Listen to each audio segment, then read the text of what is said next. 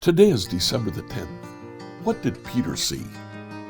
The book of John tells us that the disciple that Jesus loved and Peter ran to the tomb when they heard the news. Let's read that story. John chapter 20, verse 1. Early on the first day of the week, when it was still dark, Mary Magdalene came to the tomb and saw that the stone had been removed from the tomb. So she ran. She went to Simon Peter and the other disciple, the one whom Jesus loved. She said to them, "They've taken the Lord out of the tomb. We don't know where they've laid him." Then Peter and the other disciples set out, went toward the tomb. The two were running together, but the other disciple outran Peter and reached the tomb first. He bent down to look in and saw the linen wrappings lying there, but he didn't go in. Then Simon Peter came following him, and he went into the tomb. He saw the linen wrappings lying there, and the cloth that had been on Jesus' head, not lying with the linen wrappings, but rolled up in a place by itself. Then the other disciples who reached the tomb first also went in, and he saw, and he believed. For as yet they didn't understand the scripture that he must rise from the dead. Then the disciples returned to their homes. We have three words in Greek that are all translated see, and each one has a slightly different meaning. All three of those words are used here in John chapter 20.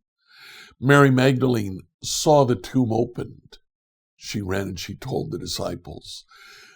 Two of the disciples, Peter and the disciple that Jesus loved, ran to the tomb.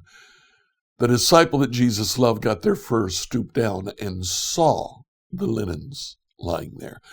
That is the same word for saw that Mary saw the tomb opened. What that word means is simply to see and observe.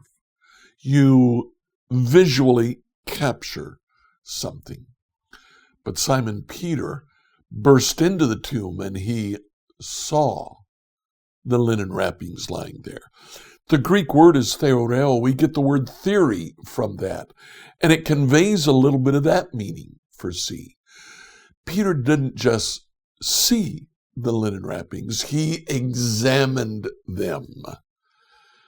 Now, the linen wrappings were apparently almost cocoon-shaped. A body could have still been inside. But the linen that covered the head had been removed so that Peter could see that there was no head there. And then in examining the linen, he could stick his hand inside and realize that there was no body inside. Then the other disciple also came in and he saw and believed. That word for seeing is very much like we use the word see today. When someone explains something difficult to understand to us, and we say, "Oh, I see." Really, we're saying, "I get it. I understand." The other disciple came in, saw the linen wrappings. He understood, and it drove him to belief. In the Gospels, believing is a result of seeing what God has done. This is much like Psalm 136. Let's read Psalm 136. Psalm 136, New Revised Standard Edition. Oh, give thanks to the Lord, for he is good. His steadfast love endures forever. Oh, give thanks to the God of gods, for his steadfast love endures forever. Oh, give thanks to the Lord of lords, for his steadfast love endures forever. Who alone does great wonders, for his steadfast love endures forever, who by understanding made the heavens, for his steadfast love endures forever, who spread out the earth on the waters, for his steadfast love endures forever, who made the great lights, for his steadfast love endures forever, the sun to rule over the day, for his steadfast love endures forever, the moon and the stars to rule over the night, for his steadfast love endures forever, who struck Egypt through their firstborn, for his steadfast love endures forever, and brought Israel out from among them, for his steadfast love endures forever. With a strong hand and an outstretched arm, for his steadfast love endures forever. Who divided the Red Sea in two, for his steadfast love endures forever, and made Israel pass through the midst of it, for his steadfast love endures forever. But overthrew Pharaoh and his army in the Red Sea, for his steadfast love endures forever. Who led his people through the wilderness, for his steadfast love endures forever. Who made water flow from the rock, for his steadfast love endures forever. Who struck down great kings, for his steadfast love endures forever, and killed famous kings, for his steadfast love endures forever.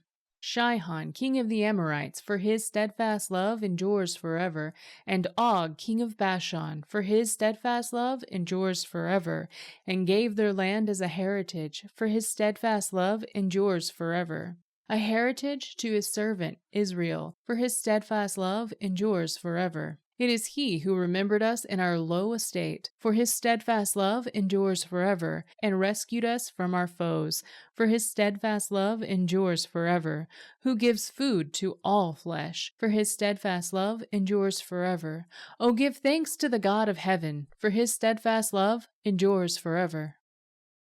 So, the way that psalm is written, it's hard to read because they keep repeating his mercy endures forever. After every phrase, his mercy endures forever. What's the psalm about? The psalm is about God's acts throughout the history of Israel. And when Israel looks back and see what God has done, they come to understand that his mercy endures forever. They see what God has done, and they believe. So what do we do about this today? Look back at your life. Where have you seen God act? See and believe. Scripture reading from the New Revised Standard Version by Emily Herrera. If you like what you heard today, subscribe.